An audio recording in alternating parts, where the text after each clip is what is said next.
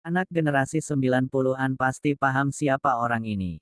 Yaps. Langsung ke dalam penjelasannya saja, Tupac Shakur merupakan seorang rapper dengan karyanya yang sangat berpengaruh sepanjang masa. Seorang rapper terkenal dengan nama lain adalah Tupac ini harus tutup usia pada umur yang sangat relatif muda, 25 tahun setelah mengalami penembakan misterius yang diterima selama di jalanan kota Las Vegas, hingga kini kasusnya tak menemui titik terang. Mau tahu kisahnya? Ikuti cerita ini sampai habis. Tupac Shakur lahir di salah satu gedung bernama East Harlem, yang terletak di kawasan kriminal Lesane Crook, kota New York pada tanggal 16 Juni tahun 1971. Seorang rapper yang telah menjual lebih dari 73 juta album hasil karyanya. Saat berumur 1 tahun dia memiliki nama Tupac Amaru Shakur. Nama tersebut diberikan oleh orang tuanya dari seorang raja yang bernama Tupac Amaru II dari Spanyol yang dieksekusi karena berkhianat terhadap kerajaan Spanyol. Tupac Amaru II dieksekusi oleh tentara Spanyol pada tahun 1781 atas kemauan kerajaan Spanyol akibat menggelembungkan revolusi bersama rakyat Peru melawan kolonialisme Spanyol. Tupac Shakur merupakan saudara tetua dari Mopreme Komanis Shakur dan Sekia Shakur yang berumur 2 tahun di bawah Tupac Shakur. Tupac Shakur adalah anak tiri dari Aveni Shakur yang merupakan seorang ayah, dan ayah kandung sesungguhnya bernama Billy Graham yang merupakan seorang aktivis penentang diskriminasi rasisme di Amerika Serikat selama era 60 hingga 75-an. Ayah kandung Tupac Shakur tergabung dalam Partai Kulit Hitam, sebuah partai yang selalu menjadi oposisi politik Amerika Serikat sepanjang masa.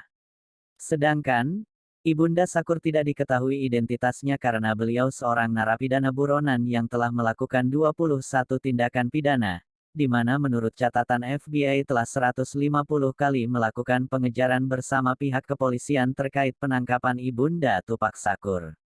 Keluarga tiri Tupac Shakur dikenal juga sebagai pembelot terhadap pemerintah Amerika Serikat. Sebagian keluarganya bergabung dalam suatu organisasi militan yang bernama Black Panther Liberation Army, selama era 1981. Bahkan FBI pun mencatat tindakan kriminal baik ancaman teror maupun aksi kelompok tersebut. Alhasil, di tahun 1981 salah satu keluarga Shakur yang bernama Mutulus Shakur melakukan perlawanan bersenjata terhadap kepolisian kota New York, di mana berakibat kematian 3 orang kepolisian dan aparat khusus pada saat itu. Kakek dari Tupac Shakur yang bernama Elmer Geronimo Pratt, juga merupakan narapidana kelas kakap berkulit hitam, yang telah melakukan aksi pembunuhan terhadap seorang guru di salah satu sekolah di kota New York pada tahun 1968 selama masih menjadi perampok. Dan menerima hukuman penjara selama 27 tahun. Begitu juga dengan nenek Tupac Shakur. Nenek Tupac Shakur seolah-olah tidak mau kalah dengan suaminya yang terkenal kriminalnya. Neneknya adalah bagian dari pendiri Black Liberation Army, tentara pembebasan kulit hitam yang telah melakukan perlawanan di kota New Jersey dan masih menjadi buronan oleh pihak FBI hingga saat ini. Pada tahun 1980, Ibunda Tupac Shakur merasa kesulitan mendapatkan pekerjaan di kotanya sendiri, akibat catatan kriminal yang masih melekatnya membuat satu keluarga harus pindah dari New York ke kota Baltimore, di Maryland pada pertengahan Juni tahun 1984. Disitulah Tupac disekolahkan hingga kelas 8 pada sebuah sekolah bernama Roland Park Middle School, sebelum akhirnya melanjutkan lagi di Paul Laurence Dunbar High School untuk mengikuti jenjang SMA. Tak ingin mengikuti jejak orang tuanya sebagai pemberontak kulit hitam yang suka melakukan perlawanan terhadap aparat Amerika Serikat, Tupac Shakur saat SMA memiliki hobi dalam seni musik dan puisi. Aktivitas sehari-harinya tak ingin dihubungkan dengan unsur kriminal, rasisme, maupun perlawanan. Tupac Shakur hanya ingin hidup penuh keindahan seperti halnya seni. Hal inilah yang menjadi alasan lagi dia pindah ke salah satu sekolah khusus musik yang bernama Baltimore High School for the Arts untuk mendalami seni musik, puisi, dan balet. Selama mendalami bakat dan minatnya, Tupac ternyata berhasil menampilkan karya pertamanya di Mouse King atau biasanya sering disebut Gang Warfare, Disitulah Shakur menampilkan sebuah lukisan klasik yang bernama Shakespeare's Play dan bersama tarian balet yang bernama The Nutcracker. Selama berpendidikan juga, Shakur mengenal seorang cikal bakal artis terkenal yang bernama Jada Pinkett, dan hal menariknya Tupac Shakur menjadikan Jada sebagai judul puisinya. Selain itu, Tupac tak lupa mengasah multitalentanya sebagai pemain beatbox. Bersama rekan sejatinya Dana Mouse Smith, Tupac berhasil memenangkan kompetisi rapper di sekolahnya kala itu. Hasil karya Tupac pun banyak diminati oleh berbagai band terkenal kala itu, ada Kate Bush, Culture Club, Sinéad O'Connor, dan U2. Namun, di sisi lain Tupac mengalami perubahan pikiran. Awalnya Tupac tak ingin mengikuti jejak orang tuanya lagi, namun semua berubah ketika Tupac memutuskan bergabung dengan Partai Komunis Amerika Serikat pengurus cabang kota Baltimore. Pada tahun 1988, Shakur memutuskan hijrah lagi menuju Marin City, California. Disitulah dia melanjutkan lagi menuju jenjang yang lebih tinggi di Tamalpais High School, sebelum akhirnya mendapatkan gelar. Disitulah dia mulai menampilkan beberapa hasil karyanya terutama dari musik beatbox hingga lulus. Tupac baru mengawali karirnya dalam dunia beatbox pada tahun 1990 saat dia direkrut menjadi backup dancer bagi Digital Underground. Sepanjang karir, tentu Tupac bukanlah hanya telah menuai banyak prestasi, tetapi dirinya juga dipenuhi oleh banyak musuh dan tindakan kriminal yang mengikuti jejak orang tuanya. Perkelahian antar kelompok geng hingga perseteruan dengan rapper yang bernama Biggie Smalls atau BIG, membuat munculnya sebuah julukan jika Tupac adalah rapper barat, dan Big adalah rapper dari timur. Permusuhan mereka bukanlah musuh dalam selimut yang harus berpura-pura baik di depan, dan saling membenci di belakang.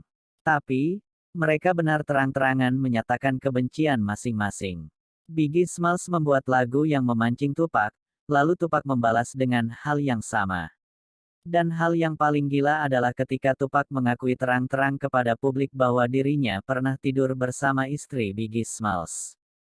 Perselisihan yang panjang ini akhirnya membuat penggemar Tupac mengalami penurunan secara drastis dalam waktu singkat. Sifat Tupac yang mudah terpancing emosi membuat banyak fans yang enggan mendengar hasil karyanya kala itu. Pada tahun 1993, Tupac mendapat tuduhan pemerkosaan terhadap seorang wanita di tahun 1993, dan Tupac pun menjalani proses pemeriksaan. Akan tetapi, sehari sebelum pembacaan keputusan Tupac mengalami penembakan. Pelakunya orang tak dikenal. Dalam insiden itu, Tupac mengalami luka berat, namun berhasil selamat. Pasca kejadian, Tupac mulai menyadari jika pelaku penembakan tersebut orang yang berada di industri musiknya sendiri. Beberapa hari kemudian, Tupac menjalani penjara selama 11 bulan. Ini bisa dikatakan, Tupac lebih banyak menghabiskan banyak waktu di penjara daripada konser.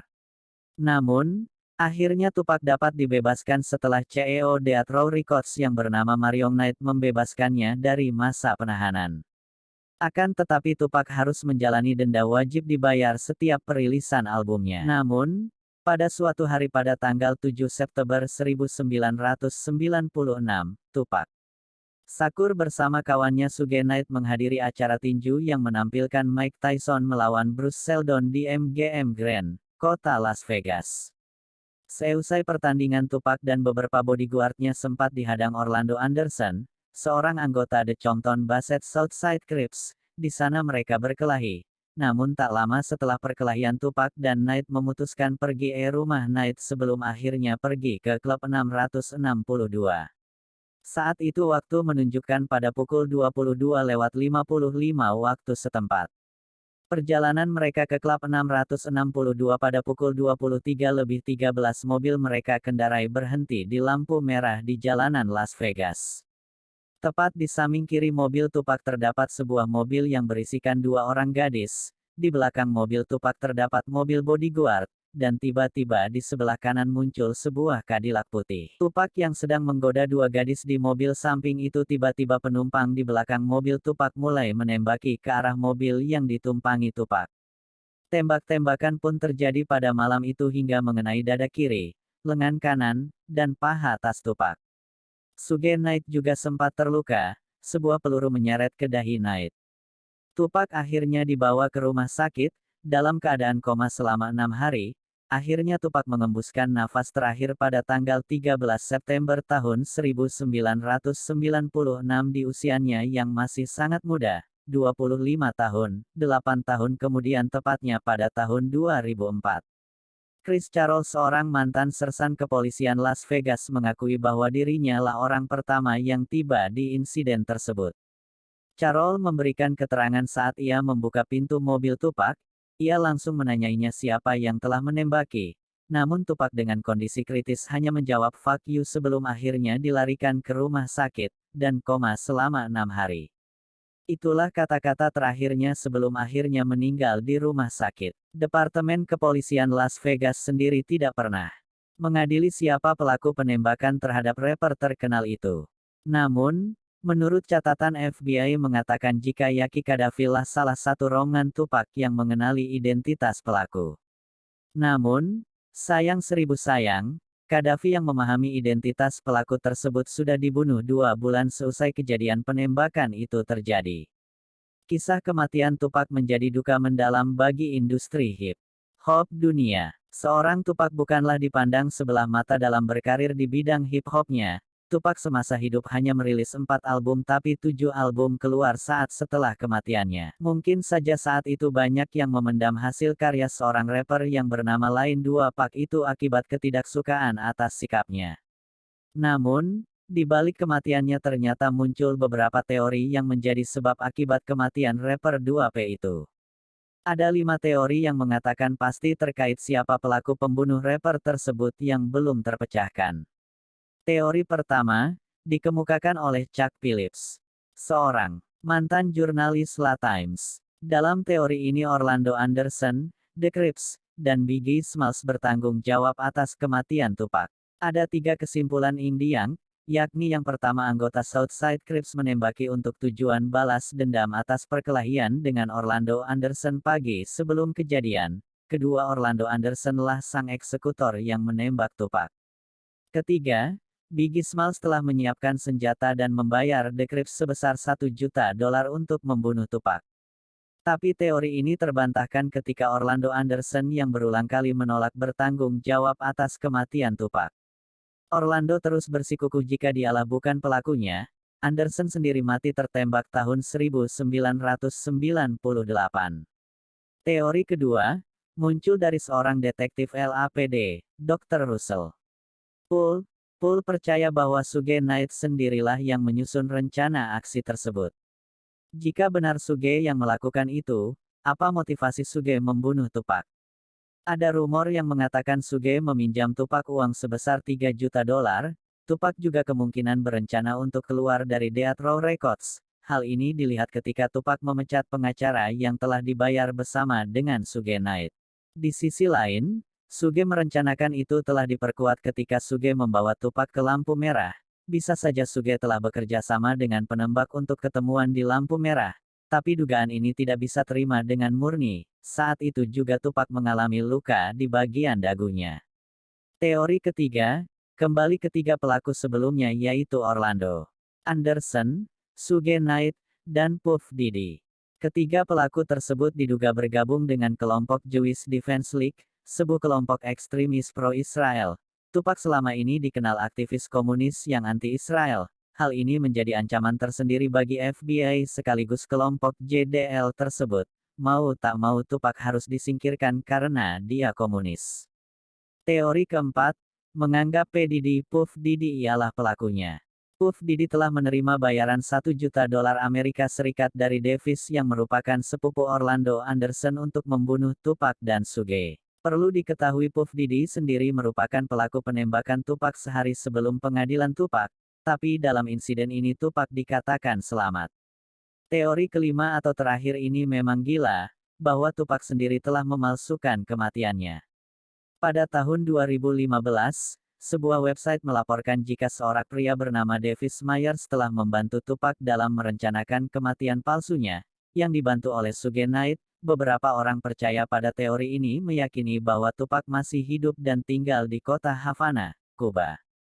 Mengingat Tupac sendiri merupakan tokoh komunis. Lalu, dari kelima teori ini, manakah yang tergolong kematian Tupac? Jangan lupa like, subs, komen, dan share.